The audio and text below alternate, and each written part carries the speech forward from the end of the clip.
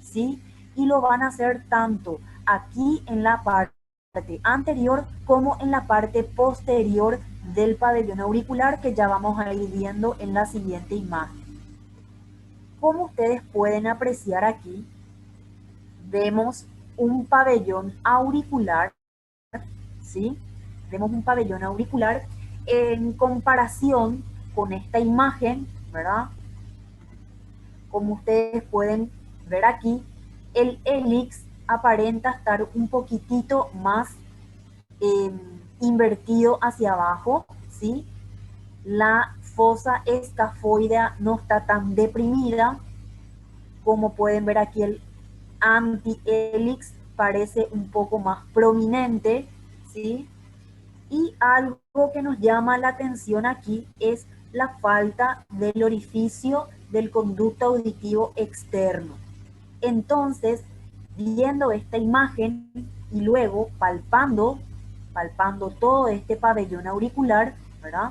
Podemos decir que estamos ante un pabellón auricular anormal. ¿Por qué? Porque falta algo muy importante aquí, que es el orificio del conducto auditivo externo. Entonces, cuando vamos a anotar en nuestra historia clínica, hablamos de un pabellón auricular de características anormales debido a la falta de orificio del conducto auditivo externo. Luego palpamos, ¿verdad? Y vamos a notar que la consistencia también corresponde a una consistencia sólida elástica, ¿sí? Pero al hacer la inspección ya vamos a catalogar a este pabellón de anormal por la simple falta del orificio, ¿sí? Una vez que palpamos todo esto en la parte anterior, pasamos a la parte posterior, como ven aquí. La parte posterior del pabellón auricular, sobre todo de este pabellón auricular que consideramos normal, la parte posterior es una parte posterior lisa. Ustedes no van a encontrar ningún tipo de relieve parecido o similar a estos. No van a encontrar tampoco orificios de ningún tipo. Es prácticamente liso, ¿verdad? Como ustedes pueden ver aquí. Entonces, cuando van a palpar también, lo tienen que hacer en la parte posterior, ¿sí? Inspección y palpación también en la parte posterior.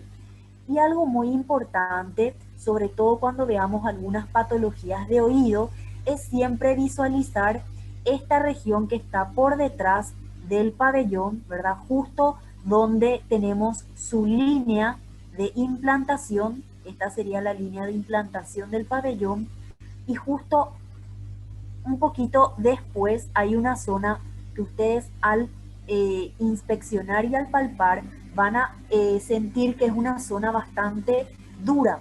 Esa región corresponde a la región retroauricular del conducto auditivo externo, ¿verdad? Del oído, mejor dicho, del oído externo, y más bien es una zona del hueso, que es el hueso temporal, muy importante en patologías de oído medio. Sobre todo vamos a ver que esta zona muchas veces tiene una cierta apariencia que nos lleva a sospechar complicaciones de las patologías de oído medio. Entonces también es siempre importante darle una mirada y palpar esta zona que tiene una consistencia dura. Es prácticamente hueso esta zona posterior al pabellón o zona retroauricular, ¿sí? Bueno, y como pueden ver aquí en estas imágenes, en estas 5 imágenes, vamos a ir analizando cada una de ellas para que ustedes tengan una idea a la hora de describir cómo es cada pabellón o cada lesión que estamos viendo, ¿sí? Ustedes pueden apreciar aquí un pabellón auricular con respecto a la primera imagen que vimos, aparentemente normal, ¿verdad? Muy similar a la primera imagen. Vemos todos los relieves, ¿verdad? Aquí podemos incluso decir, por más de que no veamos, que tiene el orificio del conducto auditivo externo, ¿verdad? pero algo que nos llama la atención es este pequeño orificio de aspecto puntiforme en la región preauricular del pabellón auricular, ¿sí? Prácticamente, si se fijan aquí, está sobre la línea de implantación del pabellón. A este orificio nosotros le damos el nombre de fístula preauricular.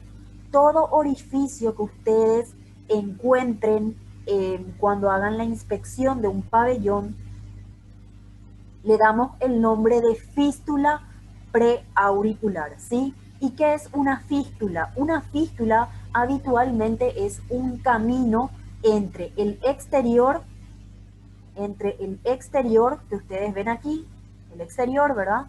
Y el interior del oído externo, ¿sí? O sea, la fístula preauricular es más bien un camino entre el exterior y el oído externo. ¿Qué zona del oído externo? No podemos saber, ¿sí? ¿Por qué? Porque la fístula, como les dije, es un camino que en su final prácticamente tiene como un ramillete eh, o una forma de desembocar, ¿sí? Que tiene múltiples brazos, ¿sí? Múltiples bracitos. Sería como un ramillete al final del camino, ¿sí?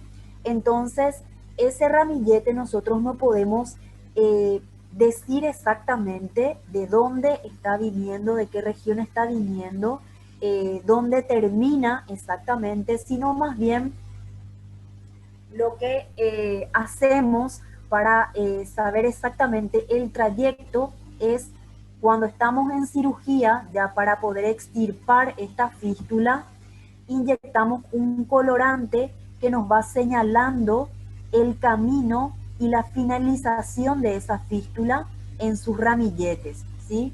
Entonces, viendo aquí a simple vista, nosotros no podemos decir dónde termina este orificio fistuloso. Solamente decir que es una fístula preauricular, ¿sí? Esto es una enfermedad congénita habitualmente frecuente en la edad pediátrica. Van a ver mucho cuando hagan consultorio de pediatría o de otorrinopediatría que hay pacientes que vienen con este orificio fistuloso, nunca les dio síntomas, nunca les dio ningún tipo de eh, signo infeccioso, ¿verdad? Simplemente en algunos casos es un hallazgo casual. Y en esos casos nosotros prácticamente no hacemos nada. Ahora, en otros casos vamos a tener este mismo cuadro, ¿verdad? El orificio fistuloso, pero que viene de esta manera, ¿sí? El orificio fistuloso prácticamente infectado. Habitualmente este caso corresponde a lo que llamamos un absceso preauricular, ¿sí? El orificio fistuloso se llenó de secreción purulenta y como pueden apreciar aquí tenemos una lesión por delante del pabellón. Esta lesión también inspeccionamos de forma correcta para ver si tenemos algún orificio por donde sale la secreción purulenta o en algunos casos no sale, ¿verdad? Nosotros vamos a tener que crear ese orificio para poder retirar la secreción y como pueden observar aquí en la imagen, tenemos una pequeña zona aparentemente más lustrosa, ¿verdad? Más llamativa, por donde podría estar emanando la secreción purulenta del orificio fistuloso. Este caso para nosotros representa muchas veces una de las urgencias en nuestra especialidad.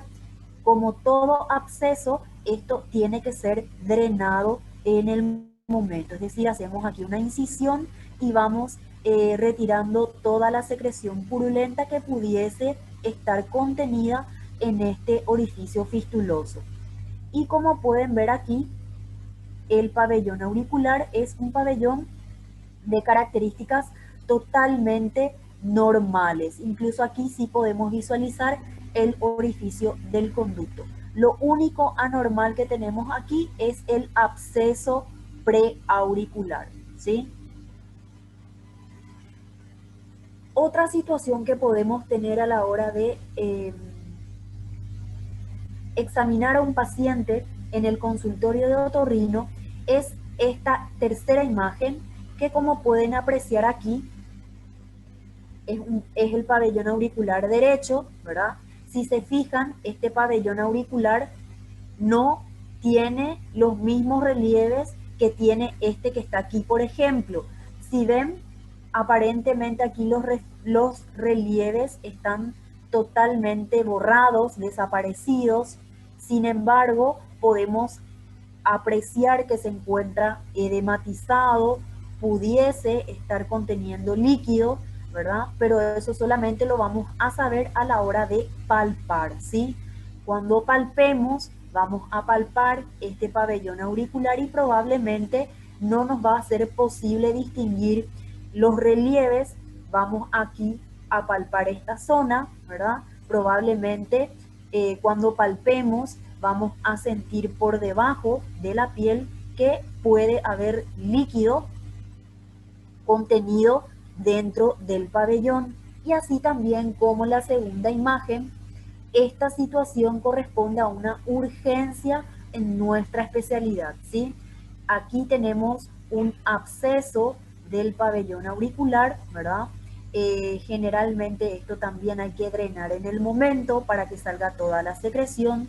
No importa si al final resulta ser una secreción serosa, una secreción hemática o una secreción purulenta, ¿sí? Acá lo importante es que hagamos la incisión, drenemos, saquemos todo el líquido para que nuestro cartílago, que es el sostén de nuestro pabellón auricular, no resulte necrosado, ¿sí?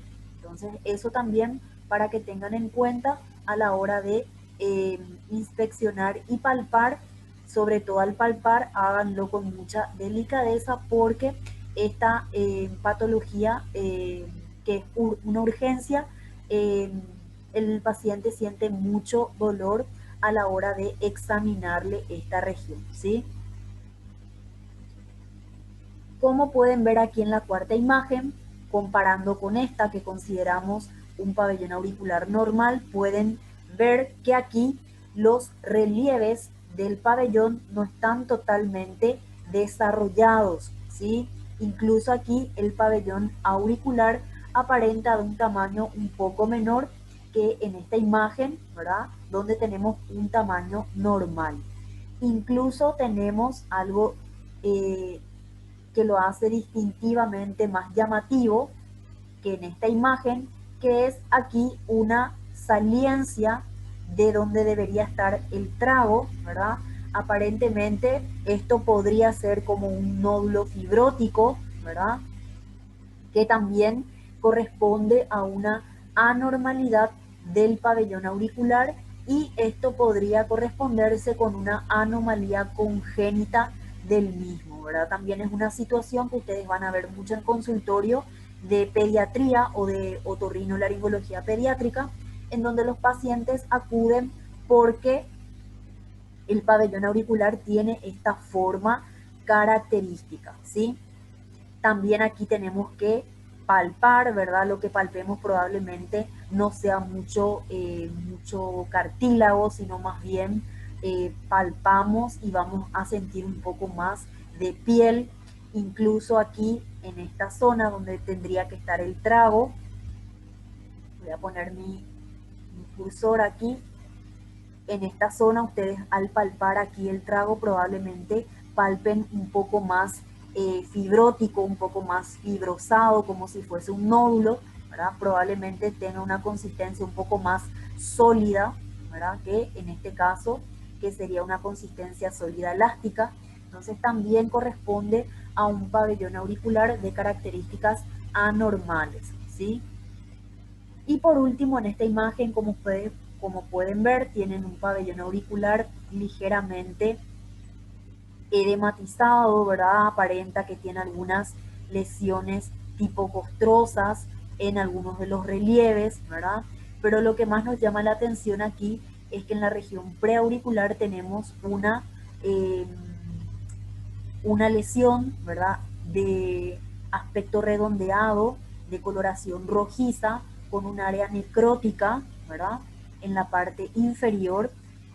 También esto cuando ustedes, sobre todo cuando van a palpar, traten de lavarse primeramente las manos y luego colocarse guantes, y luego van a ir palpando la zona por si en alguna área resulta salida de secreción purulenta, de secreción hemática, ¿sí?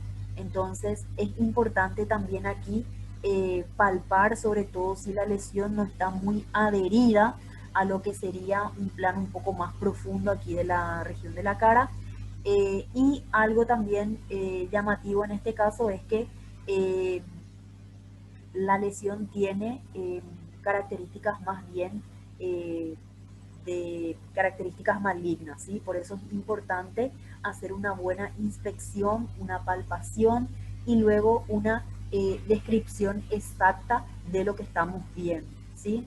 Y el pabellón auricular, como les había mencionado, aparenta normal, no podemos ver todos los relieves, ¿verdad? Aquí faltaría que esté eh, bien delimitado lo que sería esta zona de la concha auricular, ¿sí? Que aquí no se ve tan bien, pero también tenemos que ir describiendo estas lesiones que vemos en los relieves, ¿sí?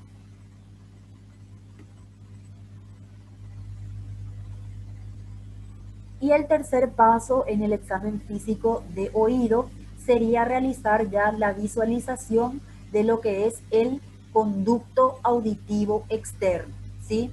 Como ustedes ven aquí, este es el orificio del conducto auditivo externo.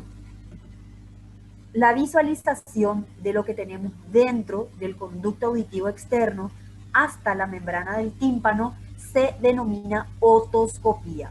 Lo que nosotros visualizamos con este instrumental que se llama otoscopio es el conducto auditivo externo hasta la membrana timpánica, ¿sí? Bueno, toda otoscopía nosotros la vamos a realizar con este instrumental que se denomina otoscopio, como ya les había dicho. Este otoscopio consta de dos partes: la parte superior, que se denomina cabezal, y la parte inferior, que corresponde a lo que sería el mango del otoscopio, ¿sí? Este otoscopio, por ejemplo, el que está en la imagen, es un otoscopio que posee una fuente de luz proveída por pilas, ¿sí? Generalmente le colocamos dos pilas tipo AA, ¿verdad? Una detrás de otra, y aquí más o menos está el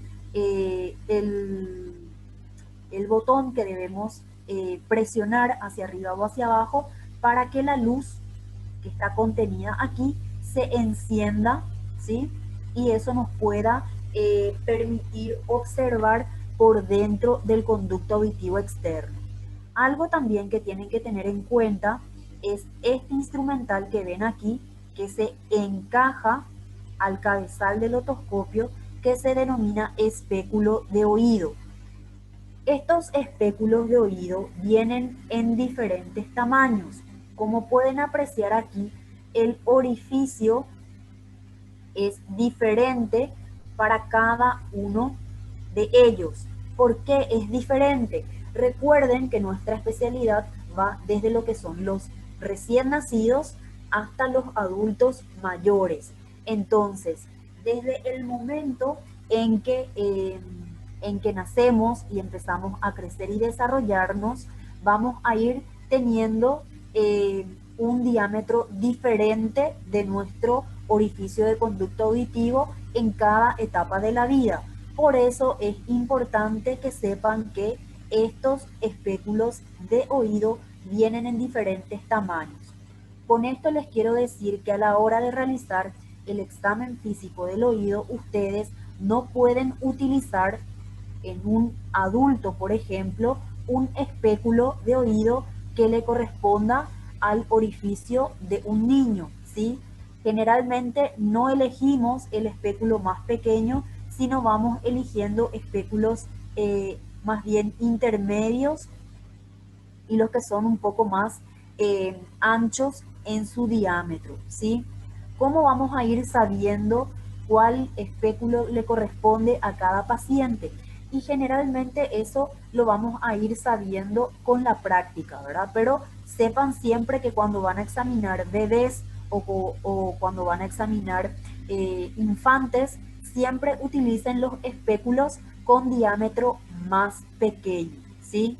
Siempre para los niños con los diámetros más pequeños. Ahora con los adultos, ustedes sí pueden ir probando qué espéculo le podría quedar bien al diámetro del orificio de su conducto, ¿sí? Que con la práctica, como les dije, ustedes van a ir sabiendo ya cuál utilizar o cuál espéculo le podría encajar bien al paciente. Eso realmente se sabe con la práctica, ¿sí? Al principio ustedes van a tener que ir probando, como les digo, qué espéculo podría resultar para cada paciente adulto. Pero en los niños siempre utilicen el de diámetro más pequeño, ¿sí? Ahora, eh, ¿cómo se realiza la otoscopía? ¿Cómo realizamos este examen físico del oído? Tienen que saber que se realiza de diferente manera, tanto en los niños como en los adultos. No se realiza de la misma forma. Vamos a empezar primero con los adultos, que es más fácil, ¿sí? Como ustedes pueden ver aquí, el paciente generalmente debe estar sentado en la silla de examinación, ¿sí?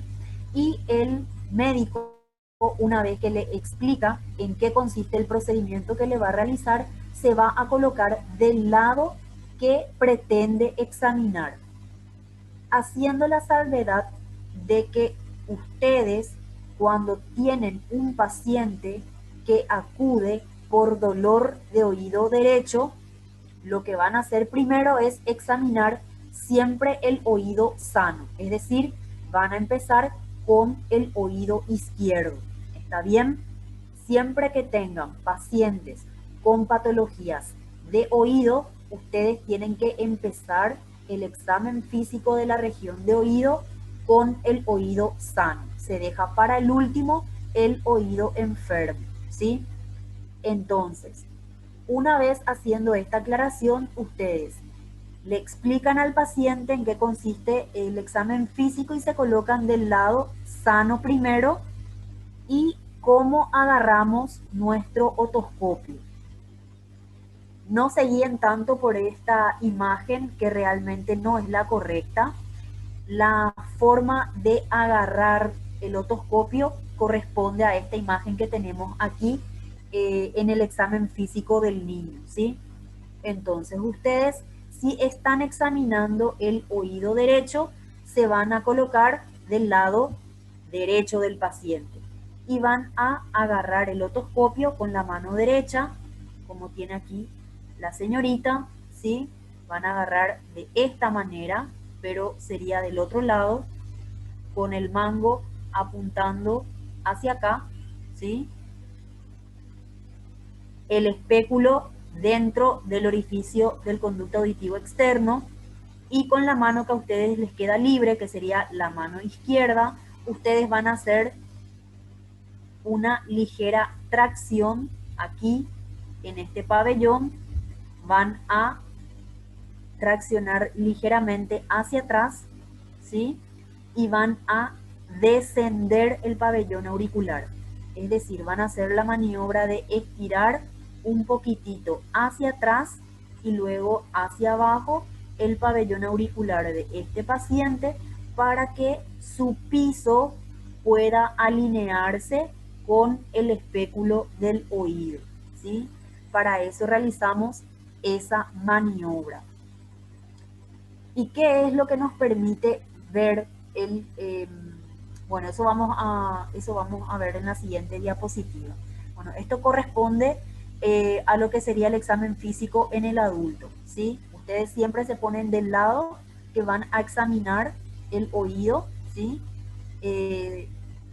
Acá está del lado derecho, siempre el lado sano primero. Este lado derecho, médico del lado derecho, agarra el otoscopio con la mano derecha, con la mano izquierda va a sujetar el pabellón, haciendo una ligera tracción hacia atrás y hacia abajo para poder alinear el espéculo con el piso del conducto auditivo externo, ¿sí? Y en el niño también la realizamos teniendo todas las consideraciones mencionadas para los adultos. Vamos a examinar siempre el oído sano primero, el oído enfermo al final, ¿sí?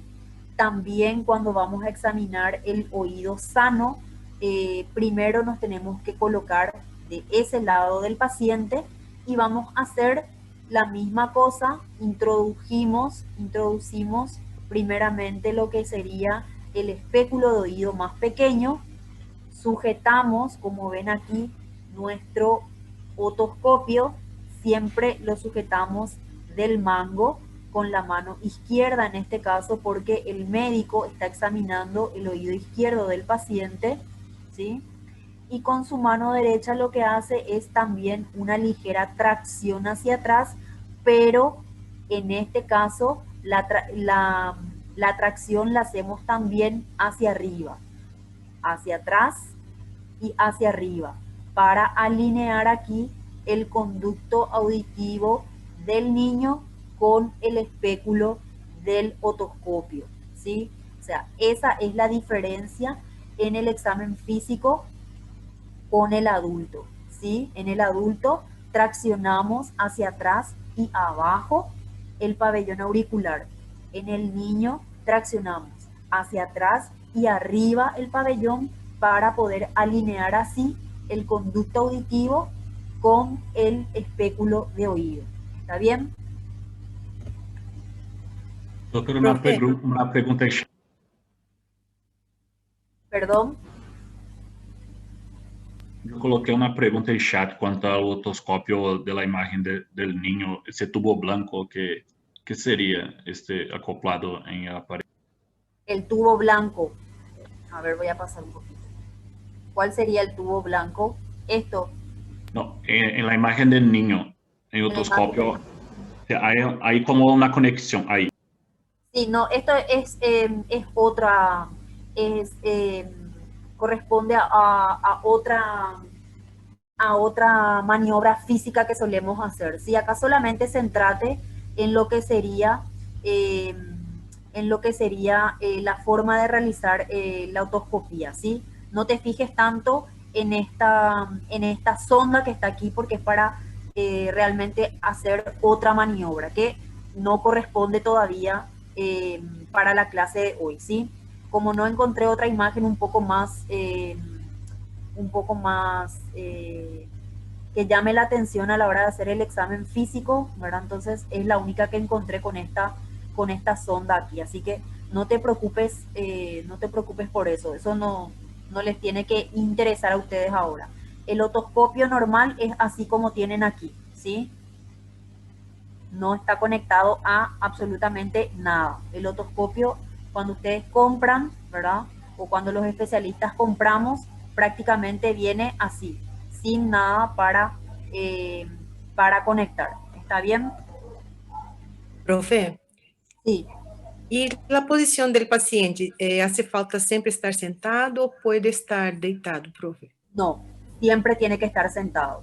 Como les dije, siempre el paciente tiene que estar sentado y una vez que nosotros le explicamos al paciente lo que vamos a hacer ahí, recién nos ponemos del lado que vamos a examinar primero. Para el niño es siempre un poquito más difícil de realizar el examen físico, ¿sí? Sobre todo cuando está con mucho dolor o cuando ya viene muy asustado porque ya le vieron en otro servicio, entonces de repente ya tiene un poco de miedo que nosotros le toquemos el oído, ¿verdad? Ahí sí es un poco difícil. Generalmente en esos casos le pedimos ayuda a la madre o al padre, a la persona que le acompaña, ¿verdad? Y el niño se sienta en el regazo de, de esa persona, ¿verdad? Sosteniendo sus miembros, tanto superiores como inferiores, para que no se mueva, para que no patee, ¿verdad? Para que no haga ninguna maniobra que pudiera lesionar aún más, sobre todo si estamos con el espéculo dentro del oído, ¿sí? Que eso también ya les voy a explicar más, más adelante cuando demos patologías de oído, ¿sí? Pero generalmente el paciente siempre tiene que estar sentado, siempre tiene que estar sentado. Incluso si es bebé, hay que tratar de sentarlo, ¿verdad? Para poder examinar sus oídos, ¿sí? Ok, profe, gracias. Dale. Bueno, ¿y qué es lo que nos permite ver la otoscopía? La otoscopía solamente nos va a dejar ver todo lo que tenemos dentro del conducto auditivo externo hasta la lámina anterior de la membrana timpánica. Nosotros no podemos ver qué hay dentro exactamente del oído medio y mucho menos del oído interno, ¿sí? El otoscopio solamente llega hasta la lámina anterior de la membrana del tímpano. Sí podemos ver que, eh, sí podemos ver que contiene el oído medio en algunos casos, pero no siempre, ¿sí? Pero el interior, exactamente qué hay en el interior del oído medio y del oído interno, no nos deja ver la otoscopía, ¿sí? Eso quiero que también tengan en claro. Otoscopía solamente hasta la lámina anterior de la membrana del tímpano. Bueno, como ustedes ven aquí en esta imagen, corresponde a lo que sería nuestra membrana timpánica. La membrana timpánica es una prolongación de lo que sería la membrana bucofaríngea, ¿sí? Entonces, esta membrana, cuando llega a esta zona anatómica, que es la del anillo,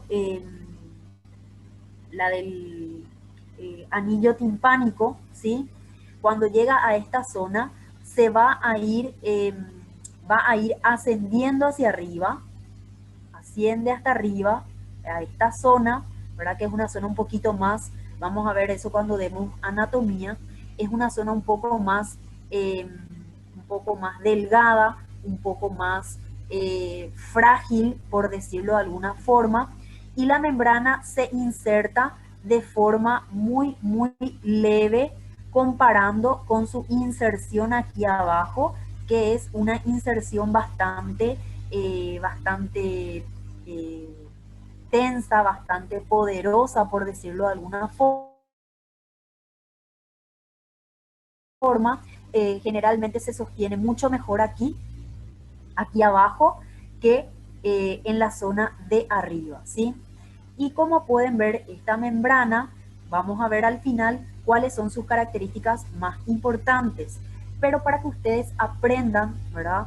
Sobre todo cuando ustedes van a definir o van a referir alguna patología que se pueda encontrar sobre la membrana timpánica, ustedes necesitan decir con exactitud dónde se encuentra la patología que están viendo. Por eso, nosotros como especialistas generalmente dividimos a la membrana timpánica, como ven aquí, en 4 partes o en 4 cuadrantes. ¿Cómo hacemos esta división? Ustedes ven un poquito por detrás, ¿verdad?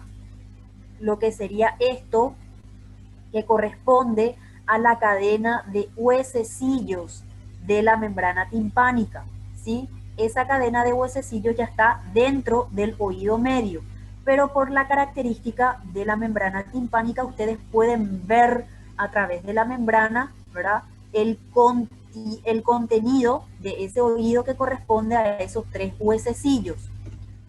Este huesecillo principal, que es el que generalmente se ve con mayor frecuencia, sobre todo porque la membrana del tímpano también es como que se inserta sobre este huesecillo. Este huesecillo recibe el nombre de martillo, y esta zona donde se inserta la membrana corresponde a su mango. Este es el mango del martillo, ¿sí? Es también una zona de inserción de la membrana timpánica. Entonces, como ven aquí, la primera línea que trazamos imaginariamente pasa por encima de ese mango del martillo, dividiéndole a nuestra membrana en una parte anterior y en una parte posterior, ¿sí? Así también trazamos una línea imaginaria, una segunda línea imaginaria que pasa exactamente por este punto del mango del martillo que corresponde al ombligo del martillo, ¿sí? Es una línea imaginaria perpendicular a la primera para poder dividir a la membrana en superior e inferior. Y como ven, así tenemos ya 4 áreas o 4 cuadrantes, ¿sí? Entonces, cuando vamos a referir una patología o algo anormal que se encuentre o que estamos viendo en la membrana timpánica, necesitamos decir con exactitud en qué cuadrante está eso, ¿sí? Para eso hacemos esta división en 4 partes a la membrana timpánica. Nos queda así el cuadrante antero superior, el cuadrante póstero superior, el cuadrante antero inferior y el cuadrante póstero inferior, ¿sí? Entonces, eso es lo que nos permite ver la otoscopía. El conducto auditivo externo y la membrana del tímpano, ¿sí? Como les dije, esta membrana del tímpano tiene sus características particulares que la hacen una membrana timpánica normal. ¿Y cuáles son esas características? Generalmente, les voy a mostrar en la siguiente diapositiva las más importantes, pero para que vayan sabiendo, la membrana timpánica normal es una membrana de aspecto translúcido. Esto significa que nos va a dejar ver la cadena de huesecillos a través de ella, ¿sí? Tenemos 3 huesecillos que nos podría dejar ver la membrana timpánica, ¿sí? Esa es una de las características, translúcida. La otra característica es, como ustedes pueden fijarse aquí, hay una pequeña lucecita, ¿verdad? Que siempre vamos a ver en la membrana timpánica, sobre todo si es una membrana timpánica normal, que se llama triángulo luminoso. Ese triángulo luminoso está ubicado en la mayoría de los casos en el cuadrante antero inferior. Y es una característica que sí o sí tenemos que ver en la membrana timpánica para considerarla normal a nuestra otoscopía, ¿sí? Entonces ahí ya son 2 características, ¿sí? Ver el triángulo luminoso, que sea translúcida, ¿sí? Eso quiere decir que nos va a dejar ver la cadena de huesecillos y sobre todo que esté totalmente íntegra la membrana, es decir, que no haya ningún tipo de perforación en toda esta lámina timpánica, ¿sí? Entonces, eso es lo que nos permite ver la otoscopía. Estado del conducto auditivo externo y las características de la membrana timpánica que ya les cité y que les voy a volver a repetir aquí en esta diapositiva. Existen, como ya les dije, ¿verdad?, redundantemente, características de la membrana timpánica que nos permiten decir si ella es una membrana timpánica normal o si es una membrana timpánica con algunas características y generalmente características anormales. Estas características corresponden a la posición, a la transparencia y al color de la membrana timpánica. Para el caso de la posición de la membrana, nosotros tenemos 3 posibilidades de encontrar a nuestra membrana en la otoscopía. Una posición normal, que es la que estuvimos describiendo, ¿verdad? La membrana timpánica que se inserta aquí en el anillo timpánico, ¿verdad? y luego va a ir ascendiendo hacia el tegmen timpani, el techo del tímpano, ¿verdad? Donde habitualmente es una inserción un poco más frágil, ¿verdad?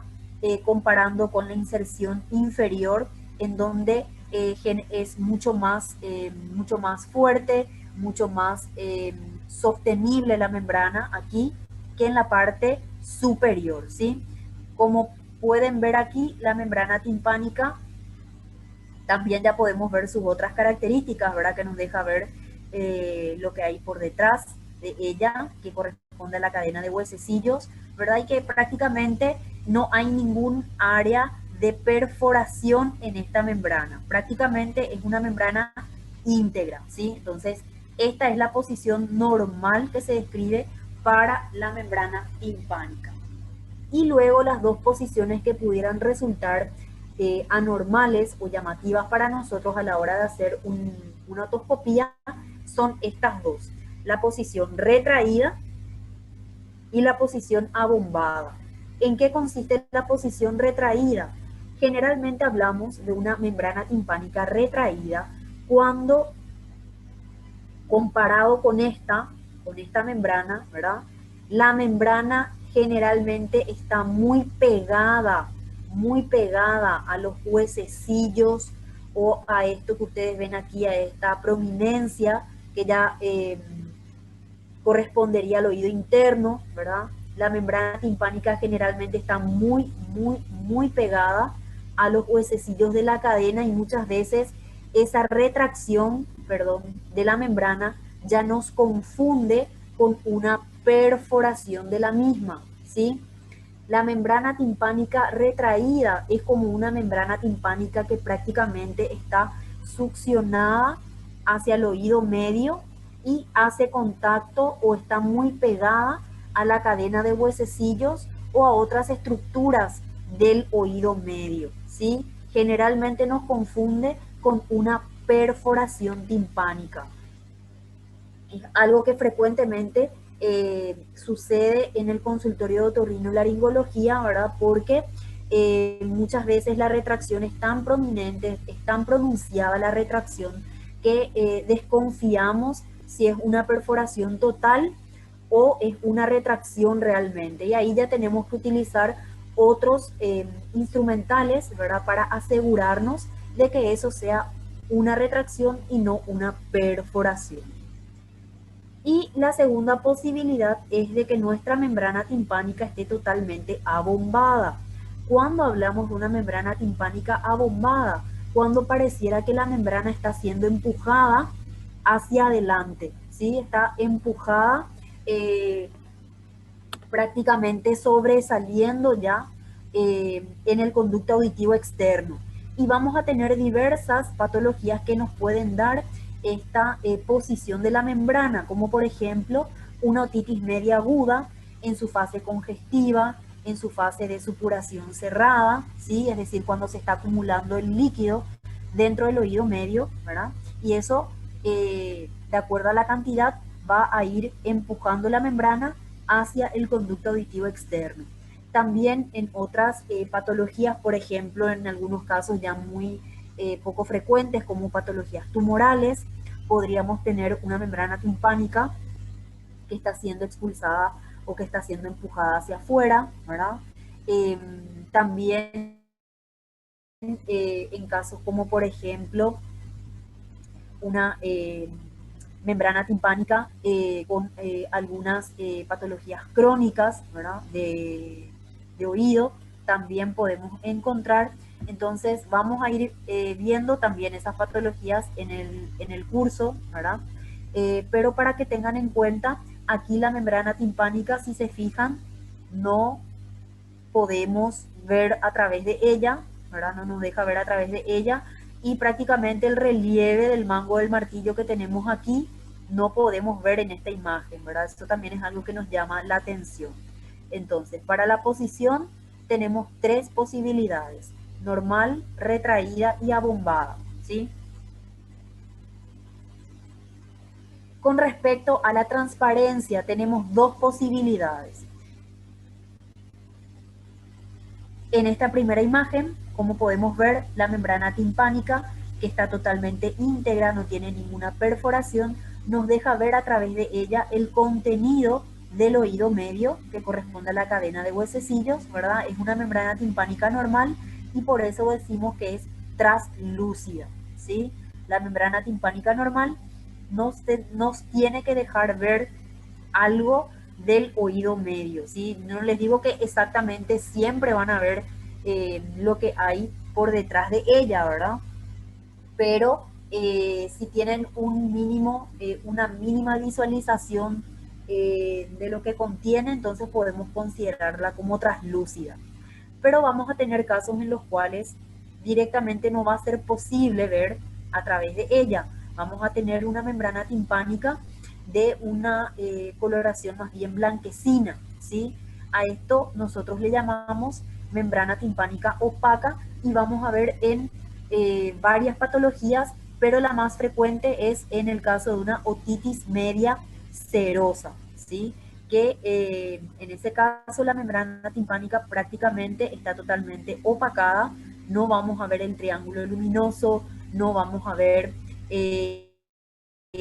a través de ella a la cadena de huesecillos, ¿verdad? Entonces va a ser una membrana timpánica más bien anormal por su transparencia que nos define como opaca, ¿sí?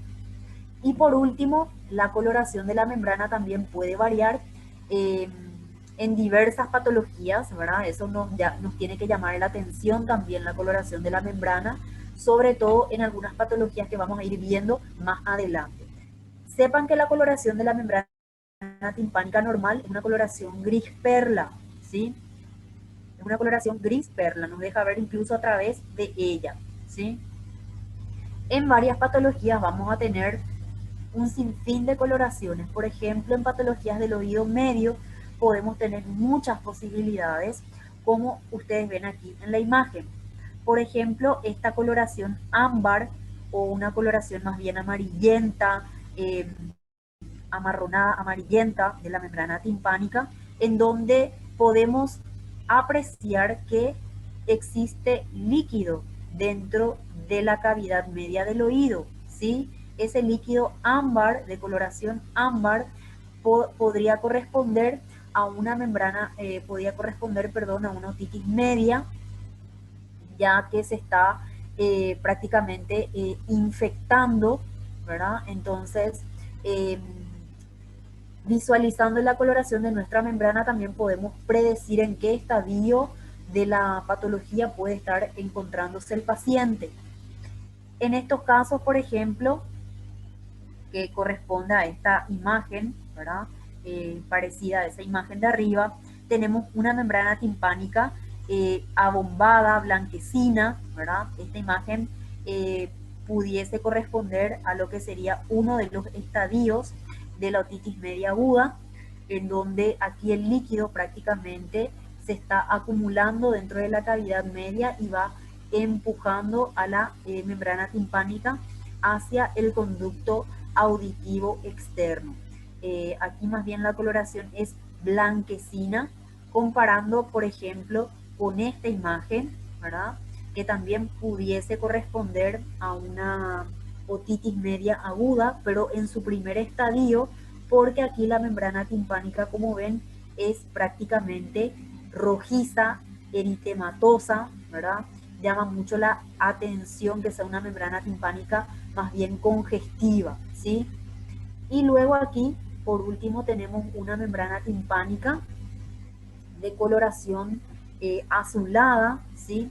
Este caso podría corresponder, por ejemplo, a un paraganglioma del oído medio, ¿verdad? A un tumor de vasos sanguíneos del oído medio que hace que nuestra membrana timpánica adquiera esta coloración azulada, ¿sí? Entonces, como pueden ver, con la otoscopía nosotros podemos predecir también la posición, la transparencia y la coloración de nuestra membrana timpánica, lo cual todo, como ya les había dicho en la primera clase, nos va a llevar a hacer un diagnóstico presuntivo sobre la patología del paciente, ¿sí? ¿Tienen alguna pregunta hasta aquí con respecto a lo que es examen físico de oído? Doutora, só uma confirmação, se eu não sei se anotei certo. O triângulo luminoso se encontra mais em quadrante anterior ou inferior, sim? Así mismo, ahí es donde vas a encontrar el triángulo luminoso cuando hagas tu otoscopía. Generalmente ahí, en ese cuadrante, es donde refleja la luz, ¿sí? El triángulo luminoso más bien es un reflejo de la luz que sale de tu otoscopio, ¿sí? Eso es lo que vos vas a ver ahí en el cuadrante anterior inferior. Ah, sim, graças. Ok. ¿Otra pregunta?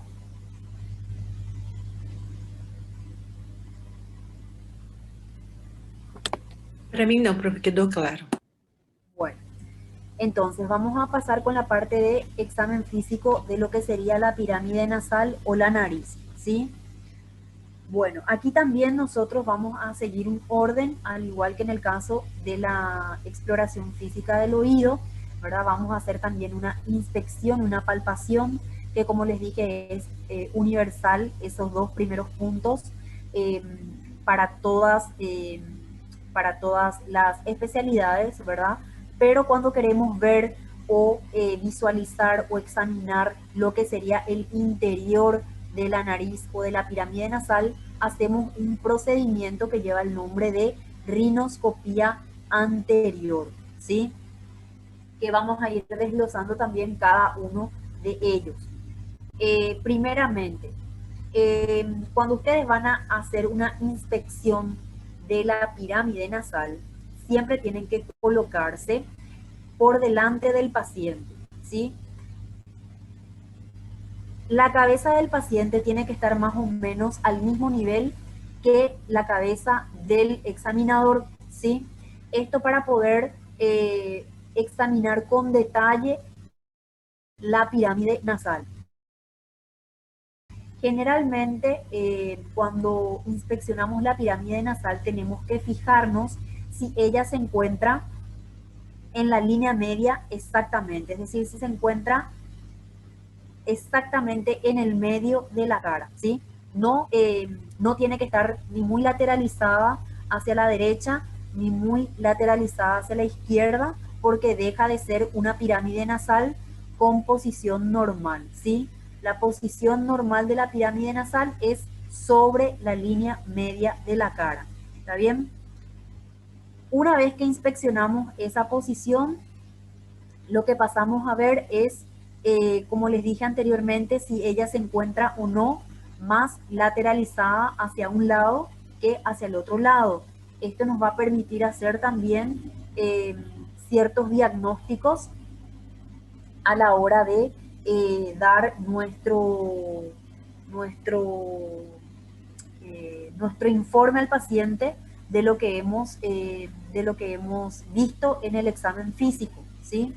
Entonces, visualizamos posición, ¿verdad? Central, lateralizadas, incluso también tenemos que ir observando si la pirámide nasal presenta o no presenta lesiones, lesiones de cualquier tipo, lesiones eritematosas, lesiones congestivas, lesiones vasculares, necróticas, de apariencia maligna, ¿sí? Describir esas lesiones y obviamente anotar en la historia clínica. Y una vez que inspeccionamos todo lo que nos pueda llamar la atención en la nariz, pasamos a lo que sería la palpación de la pirámide nasal. Como en el caso del oído, disculpen, como en el caso del oído, ustedes cuando van a palpar la pirámide nasal también tienen que tener en cuenta que las temperaturas de sus manos no debe estar ni muy fría ni muy caliente, sino más bien a una temperatura ambiente, ¿verdad? Todo lo que se pueda para evitar así incomodidades a la hora del examen físico. Y aquí tampoco hay una forma exacta o definida de palpar la pirámide nasal, ¿sí? No tenemos una descripción exacta de cómo palpar la pirámide nasal. Ustedes pueden palpar con la mano que les resulta a ustedes diestra, ¿sí? Los que utilizan la mano derecha, pues palpan con la mano derecha, y los que hacen, los que suelen escribir con la mano izquierda, lo pueden hacer la palpación con la mano izquierda, ¿sí? No hay aquí un orden específico o una regla específica a seguir, ¿sí? Simplemente tengan en cuenta que la temperatura de sus manos tiene que ser una temperatura adecuada, no muy fría, no muy caliente. Y cuando van a palpar, siempre se empieza a palpar en la zona, ¿verdad?, en donde tenemos la unión de las dos cejas, ¿sí? A partir de ahí, siempre con el dedo gordo, vamos a ir palpando de forma delicada, sin realizar ningún tipo de presión. Vamos a ir palpando desde esa zona hasta lo que sería la punta de la nariz. Y ustedes van a sentir la consistencia de lo que es la pirámide nasal. Generalmente aquí en la parte superior, cuando empezamos en la región que está entre las dos cejas, ustedes van a palpar una zona más dura, ¿sí?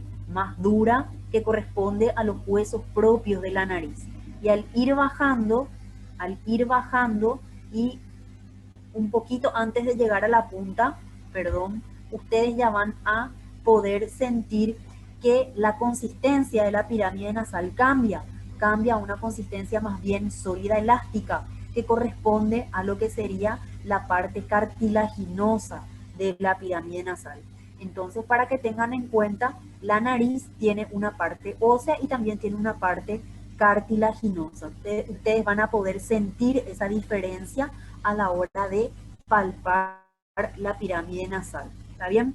Entonces también van a palpar y obviamente sintiendo la consistencia de la pirámide, y en el caso de que tenga lesiones, también tienen que palpar la lesión y describirla en su historia clínica, ¿sí? Y una vez que realizamos esos dos puntos, vamos a pasar a lo que sería la inspección de las cavidades nasales o de las fosas nasales, llamada rinoscopía anterior. Para realizar la rinoscopía anterior, nosotros necesitamos algunos instrumentales en el consultorio. Como ustedes pueden ver aquí, el examinador se colocó este espejo, ¿verdad?, que se llama espejo frontal. Este espejo frontal actualmente está en desuso, ya no utilizamos más en los consultorios.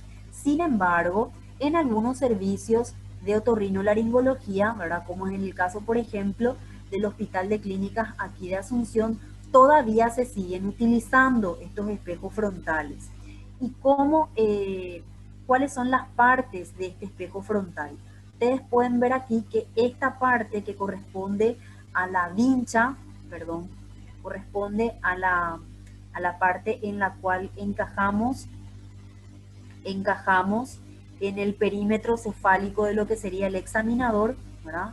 Es como una vincha que encajamos y ajustamos de acuerdo a nuestro perímetro cefálico. Y esta parte, que sería la parte del espejo frontal propiamente dicho, con un orificio aquí en el centro, ¿verdad? Es el orificio a través del cual va a ir pasando el rayo de luz para que nosotros podamos visualizar dentro de las fosas nasales, ¿sí? Este espejo, esta parte del espejo frontal en sí, nosotros colocamos generalmente, como ven aquí en la imagen, por delante del ojo con el cual vamos a inspeccionar. Eso realmente ya va a depender de cada uno cómo lo hace. Como les digo, aquí no hay una regla específica a seguir. Generalmente a mí, como otorrina, me es mucho más fácil colocarme el espejo frontal del lado izquierdo, ¿sí? No sé por qué, pero a mí me resulta mucho más fácil colocarme este espejo frontal por delante de mi ojo izquierdo. Sin embargo, yo soy una persona que escribe con la mano derecha, ¿verdad? Entonces, no tiene mucha relación eso a la hora del examen físico. Por eso les digo que no hay una regla específica para seguir o para hacer la rinoscopía anterior. A mí particularmente me resulta mucho más fácil colocarme el espejo frontal y que el espejo esté por delante de mi ojo izquierdo. Me resulta mucho más fácil hacer así el examen físico. Entonces, generalmente yo me coloco el espejo frontal, ¿verdad? Quedando donde a cada uno le quede mejor el espejo realmente, ¿verdad? Y siempre el orificio tiene que estar en la misma dirección del ojo del examinador, ¿sí? En la misma dirección, así nos colocamos. Esto que ustedes ven aquí y que el examinador tiene en su mano, como ven aquí, tiene en su mano, se llama espéculo de nariz o también se llama rinoscopio anterior. Y el rinoscopio anterior tiene también dos partes, igual que el otoscopio. Tiene la parte superior que corresponde al espéculo de nariz propiamente dicho y tiene el mango que cuando acercamos uno al otro permite que el espéculo de nariz se abra, ¿sí? Si nosotros juntamos estos dos mangos, nuestro espéculo de nariz se abre. Esta es la parte posterior del espéculo de nariz, ¿sí? Que al juntar, esto también se junta y permite que esta parte se abra, ¿sí? Ahora, ¿cómo nosotros vamos a realizar nuestro examen físico? ¿Sí? Como ustedes se fijan aquí, el paciente siempre está sentado. En otorrino, la mayor parte de los pacientes, cuando les vamos a hacer el examen físico, tienen que estar sentados. Muy pocas veces utilizamos otras posiciones. La posición correcta es una posición sentada, con la espalda tocando o haciendo contacto con lo que sería nuestro respaldo de la silla. El examinador debe colocarse por delante, ¿sí? Por delante del paciente. Y generalmente tiene que haber una fuente de luz, ¿verdad? Tiene que haber una fuente de luz al costado del paciente para que con eso la luz llegue aquí a nuestro espejo, pase a través del orificio, vaya hasta la retina y cuando tengamos aquí nuestro rinoscopio dentro de la cavidad nasal, nosotros podamos visualizar por dentro, ¿sí? Ahora, ¿cómo yo voy a colocar dentro de la fosa nasal mi rinoscopio? ¿Cómo coloco? Ustedes se fijan aquí que el médico está agarrando el rinoscopio con la mano izquierda, ¿sí? Y está examinando la fosa nasal derecha. ¿Está bien? Entonces, siempre que vamos a examinar fosa nasal derecha, vamos a sostener nuestro rinoscopio de esta manera, siempre en posición horizontal, ¿verdad? Con esta parte del cabezal mirando hacia adentro de la cavidad nasal, ¿sí? Cerradito, bien cerrado, ¿sí? Nunca se introduce el espéculo nasal abierto. Siempre vamos a introducir en la cavidad nasal cerrado. Y vamos a sostener de esta forma con nuestra mano izquierda. Entonces, una vez que el rinoscopio esté totalmente dentro de la cavidad nasal y cerrado, ahí sí vamos a juntar estas dos manijas y vamos a abrir así la cavidad nasal y mediante la luz que llega de nuestra fuente de luz vamos a poder observar qué es lo que hay dentro de la cavidad. ¿Está bien? Pero siempre recuerden que cuando vamos a examinar una cavidad nasal tenemos que sostener el rinoscopio con la mano contraria, ¿está? Si examinamos cavidad nasal derecha, tenemos que sostener el rinoscopio con nuestra mano izquierda. Y cuando vamos a examinar aquí la cavidad nasal izquierda, tenemos que sostener con nuestra mano derecha el rinoscopio. Solamente eso sería la regla aquí a la hora de efectuar el examen físico. La posición del espejo frontal ya queda a cargo de cada uno del que está realizando el examen, porque como les digo, a unos les parece mucho más cómodo del lado izquierdo que del lado derecho, entonces generalmente esto no tiene ningún inconveniente. Se ponen del lado que les resulte mejor observar a través del orificio central. Doutor, Sí, você pode repetir, por favor, a posição da mão esquerda do lado no orifício esquerdo, foi isso? sí, mira, cuando acá como ves el médico está agarrando el rinoscopio con la mano izquierda, ¿verdad? Está examinando la cavidad nasal derecha, ¿sí? Entonces, siempre que vas a examinar la cavidad nasal, vas a sostener tu rinoscopio con la mano contraria, ¿verdad? Eso quiere decir que si examinas cavidad nasal derecha, vas a sostener con tu mano izquierda. Y si examinas cavidad nasal izquierda, vas a sostener el rinoscopio con tu mano derecha. ¿Está bien?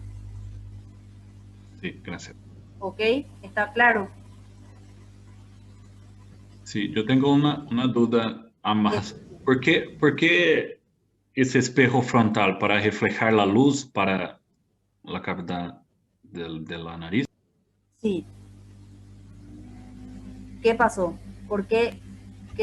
¿Cuál es la duda con respecto al espejo frontal?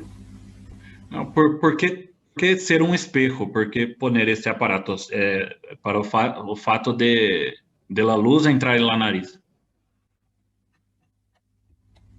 O sea, ¿cómo hace, por cuál mecanismo se puede visualizar? Eso es lo que querés preguntar. Esto, a función misma del espejo que yo no sé, no me quedó muy No te claro. quedó muy claro. Bueno, generalmente acá, de este lado, como ves, acá el paciente tiene iluminada la cara del lado izquierdo, ¿verdad? ¿Por qué? Porque tenemos una fuente de luz de este lado, ¿sí? Es como una lámpara que tenemos acá, ¿verdad? Y lo que hace justamente esa lámpara tiene que estar direccionada a nuestro espejo frontal para que el espejo, para que la luz, ¿verdad?, que choca contra el espejo, algunos haces de luz van a rebotar hacia afuera. Sin embargo, un pequeño haz de luz va a atravesar el orificio, ¿sí? Va a hacer contacto con la retina y eso nos va a permitir ver por reflexión dentro de la cavidad nasal, ¿sí?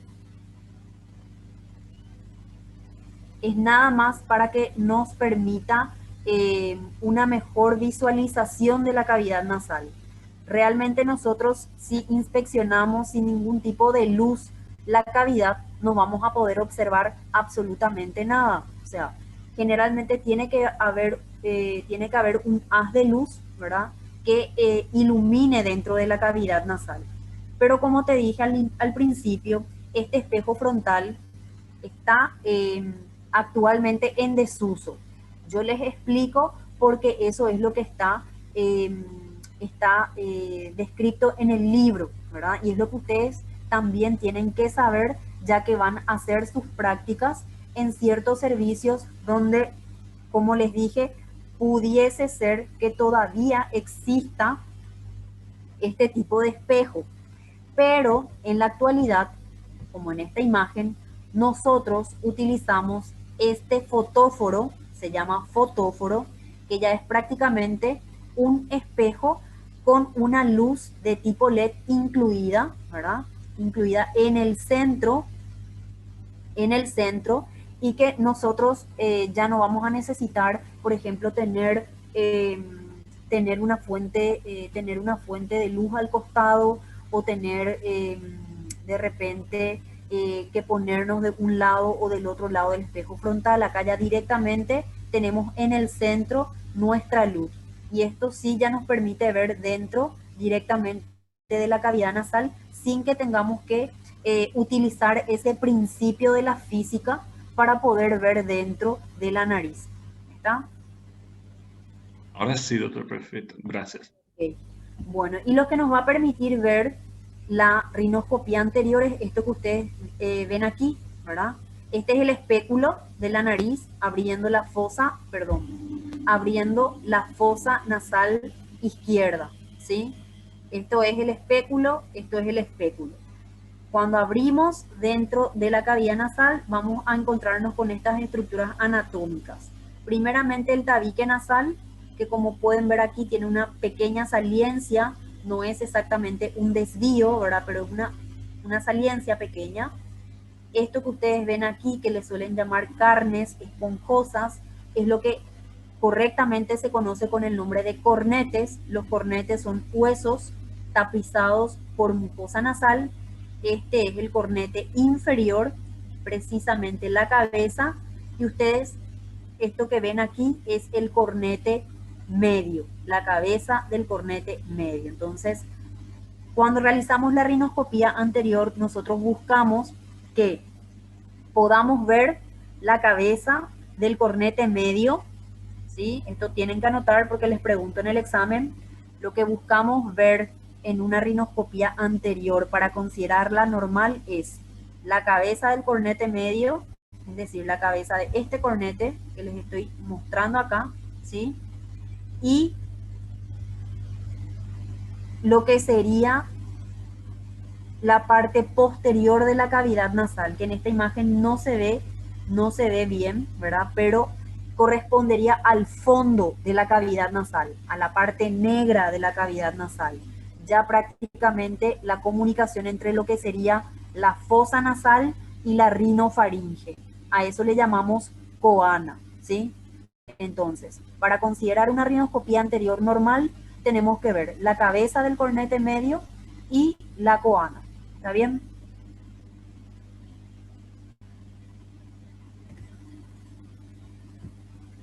Como pueden ver aquí, imágenes de rinoscopía, este sería el tabique nasal, aquí tenemos la cabeza del cornete medio, aquí tenemos la cabeza, la cabeza del cornete inferior, aquí la cabeza del cornete medio, ¿sí?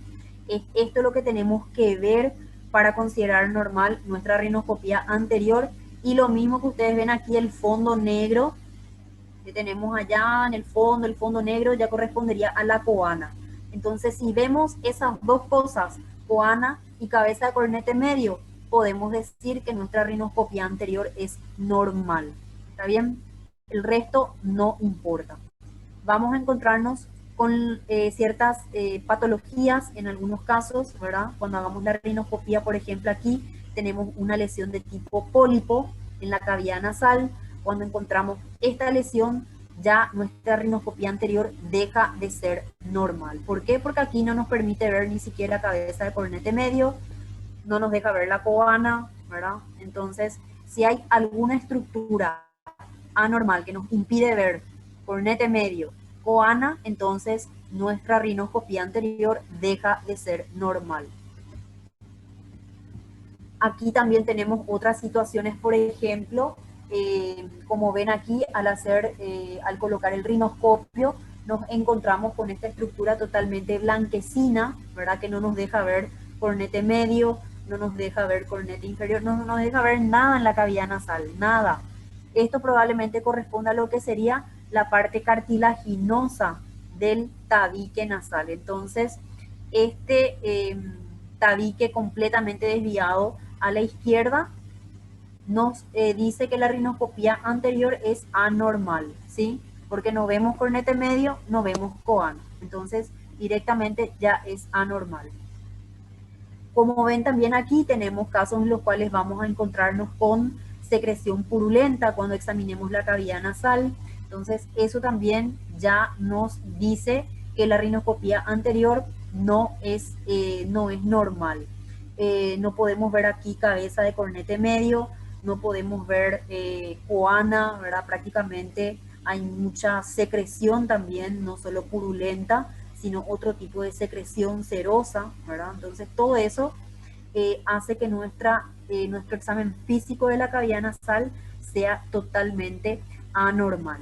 Y vamos a tener casos en los cuales va a ser totalmente imposible incluso introducir nuestro rinoscopio, porque hay ciertas patologías, ¿verdad?, en donde prácticamente están expuestas ya al exterior, como este caso, que corresponde al de una poliposis nasal, múltiples pólipos dentro de la fosa nasal, que aquí, como ven, no nos permite ver tabique, no nos permite ver cornete medio, cornete inferior, coana, no nos permite ver nada, ¿verdad? Prácticamente la patología está totalmente expuesta en el exterior. Entonces aquí también nuestra rinoscopía anterior es anormal a expensas de esa lesión. ¿Alguna pregunta que tengan para hacer hasta aquí?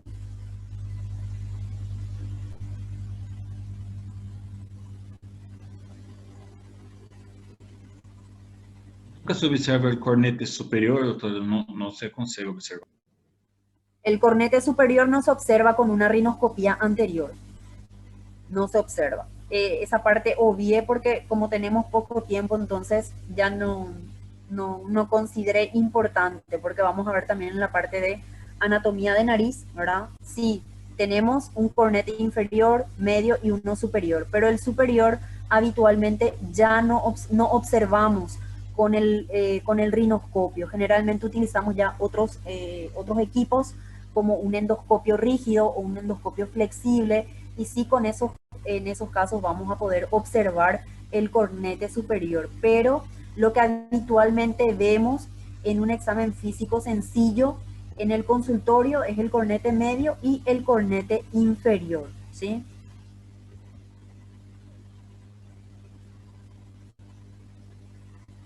¿Alguna otra pregunta?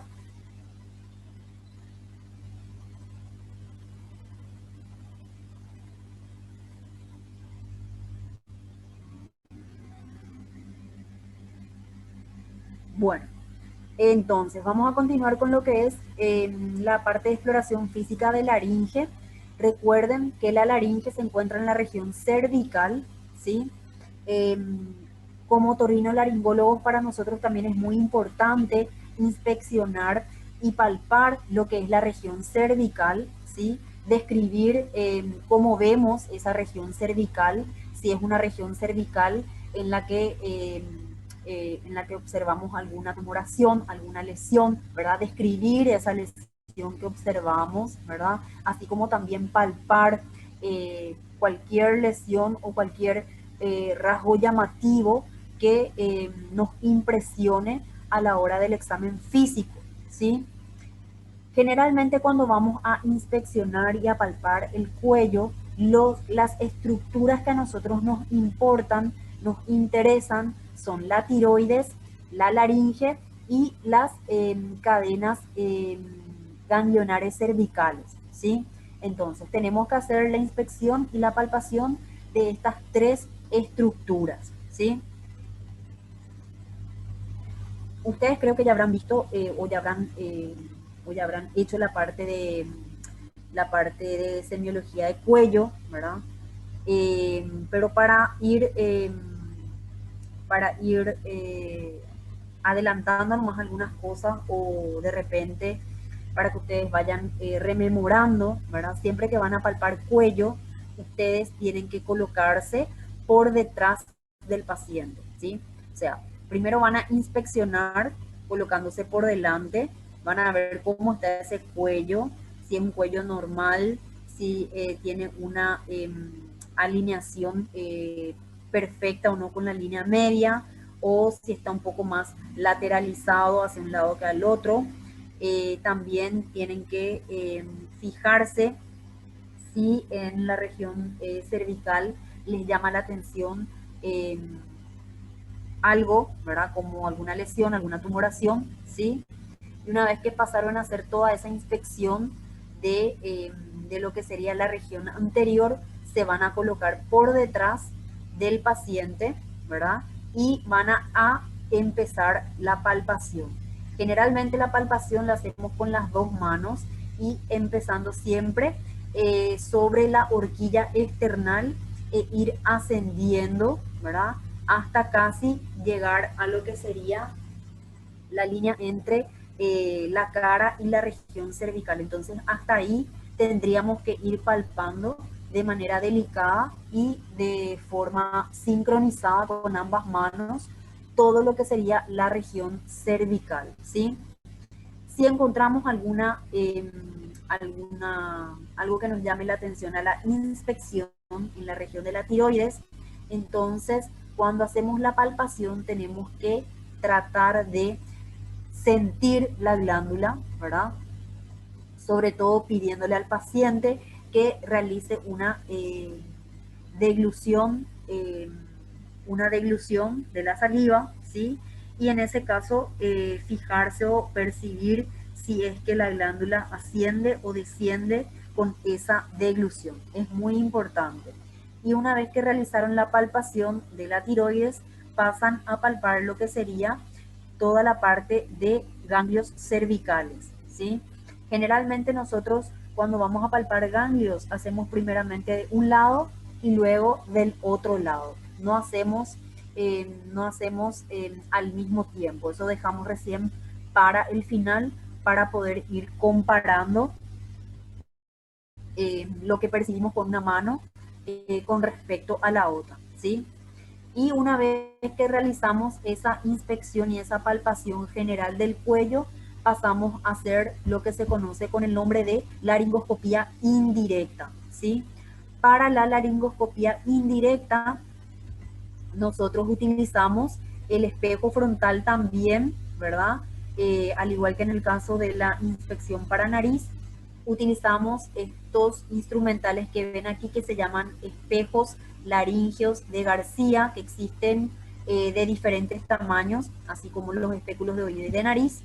Y esto que ven aquí sería el soporte de cada espejo laríngeo. Este espejo laríngeo tiene dos partes también, ¿verdad? La parte del espejo propiamente dicho y la parte del mango. Este mango generalmente nosotros colocamos por dentro de este soporte y aquí con esto que ven lateral vamos a ir ajustando, ¿verdad?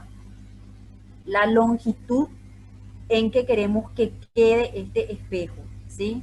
Entonces se ajusta la posición del espejo para en realidad tener un espejo de mayor longitud, ¿sí? Para eso colocamos dentro de este soporte. También utilizamos gasas y lo que faltaría aquí es un vaso lleno con agua jabonosa, ¿sí? Agua con jabón. Entonces, un vaso que contenga agua y jabón es lo que nos falta aquí en la imagen. ¿Cómo vamos a realizar la laringoscopía indirecta? Al igual que para examinar la pirámide nasal, nos colocamos nuestro espejo frontal, así como tiene aquí en la imagen, ¿sí? Ajustando siempre a nuestro perímetro cefálico y colocando el espejo por delante del ojo que nos permita realizar mejor el examen físico. Como ven, aquí tenemos la fuente de luz que da directamente al espejo, ¿sí? Siempre hay que explicarle al paciente que este procedimiento no duele, ¿sí? Y que sobre todo debe colaborar con nosotros para que podamos llevar a cabo sin ningún tipo de inconvenientes, ¿sí? Entonces, aquí le pedimos al paciente que abra la boca, ¿sí? Saque la lengua y nosotros con nuestra mano izquierda, en este caso, vamos a sostener la lengua envuelta en una gasa, ¿sí? Sostener la lengua, nunca estiren la lengua del paciente, solamente sostengan con el dedo derecho y con el dedo índice es como sostenemos la lengua del paciente envuelta en la gasa. Y con la otra mano, que sería la mano derecha, vamos a agarrar nuestro espejito laríngeo, vamos a mojar esta parte en el agua jabonosa, ¿sí? Y vamos a secar un poquito o a secar o a echar un poquito el excedente de agua jabonosa que nos queda en el espejo y le vamos a pedir al paciente que diga continuamente la letra E. De manera continuada y tratando de ir respirando por la boca. De esa manera nosotros vamos a introducir el espejo laríngeo, introducimos en esta posición horizontal, ¿sí? Vean que el espejo tiene una pequeña angulación aquí, ¿sí? Pero nosotros siempre vamos a introducir en boca de forma horizontal.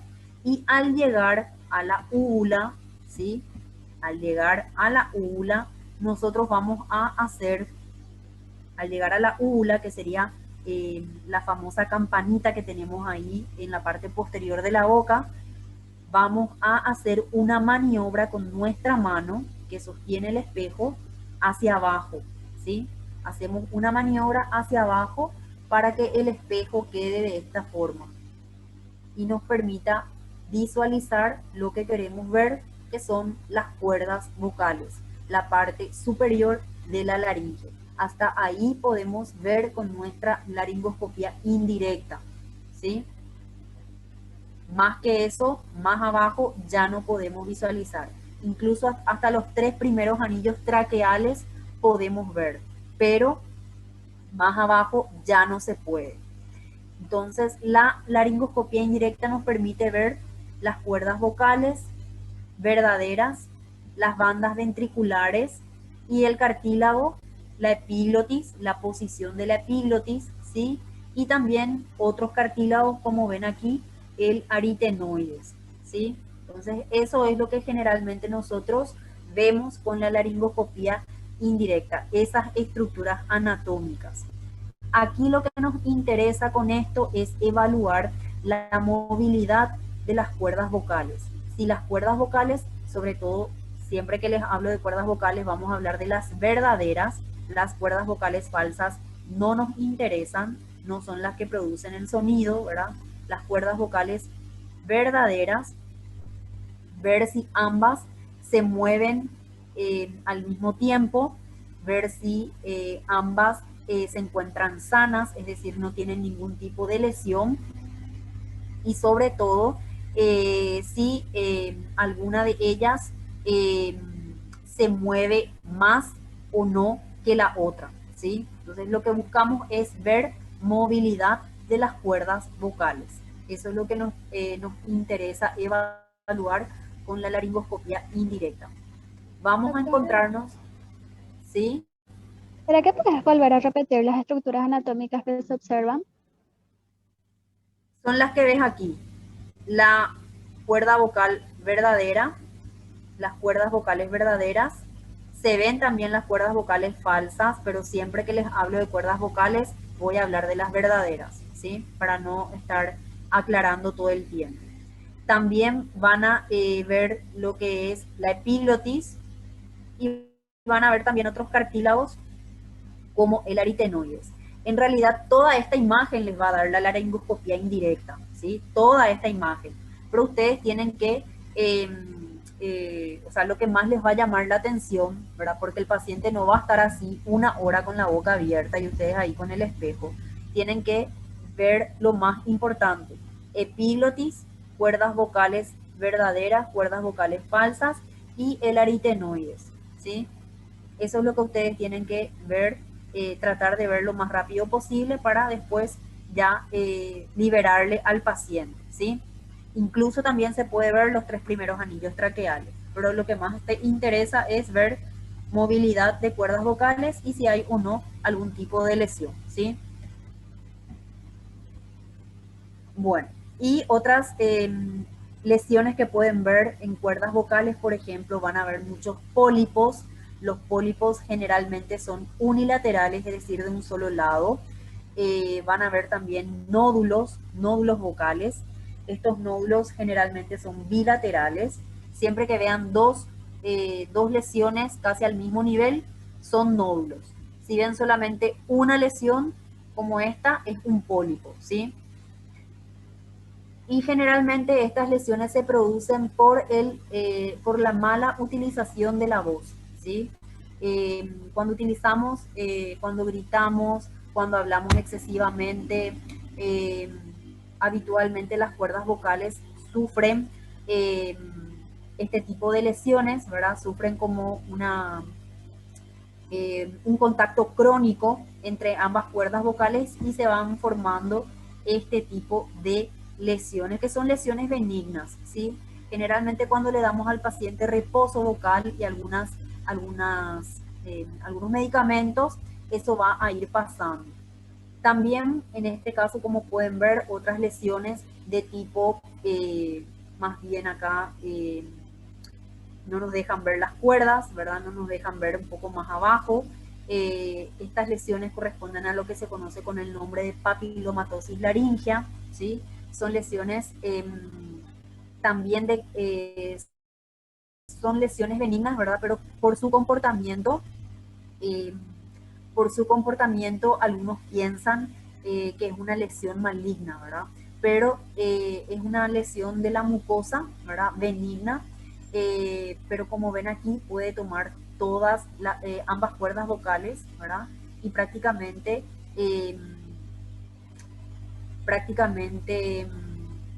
anormalizar lo que es la estructura anatómica de las cuerdas vocales. Y por último, como ven aquí, tienen esta lesión de tipo blanquecina que no nos deja ver las cuerdas, sin embargo nos deja ver aquí un poquitito la tráquea, ¿verdad?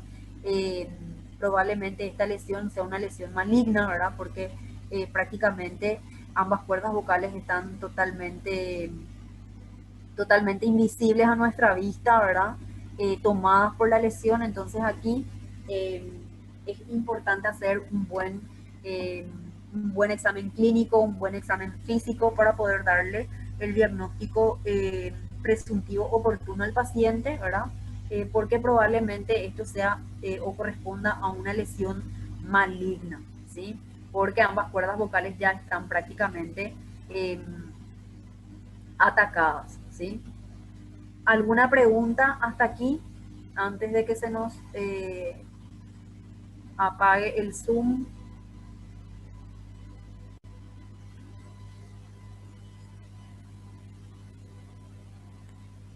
Doutora, Sí, decime. Em a laringe se observa, não sei, quando na boca a presença de olores também, nessa hora, não sei. Perdón, no te escuché bien. Ou em esta avaliação da laringe, se poderia observar também, não sei, halitoses ou olores em la boca, não sei.